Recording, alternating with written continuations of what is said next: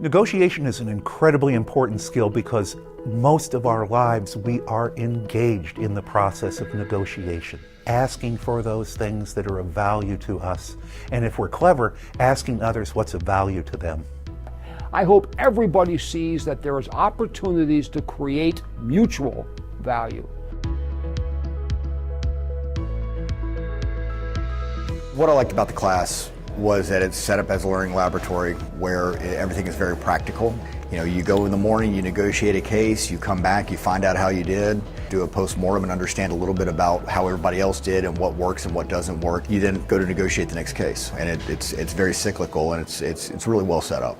Most people come into a negotiation with a predilection to be either competitive or cooperative.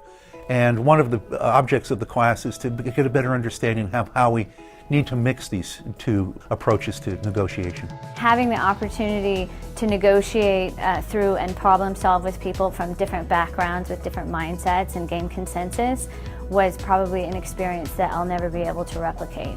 With the larger negotiation at the end of the class yesterday, I was chosen by our class. We were taken downstairs to the amazing studio setup they have, where Dan and I wound up sitting at a table negotiating the case while everybody else watched on TV.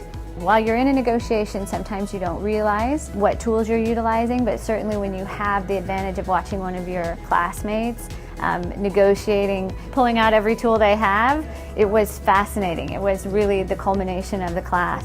So many times the manager is trapped in a world of seeming trade-offs. And these are realities.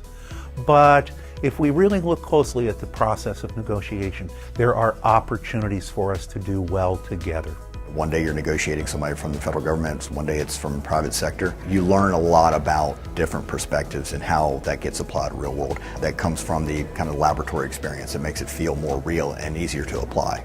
I think if we start thinking about negotiating, not just from the outcome perspective, but from the perspective of saying it's the journey, the process, it's the relationships that are formed, it's the sustainability of the deal itself, I think we see a much, much bigger world in which we can operate and in fact get much, much better deals.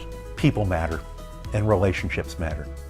Who you are, your reputation, and the way you deal with others is critical, not just in terms of the ongoing relationship you have with your counterpart, but what you're able to accomplish with that relationship.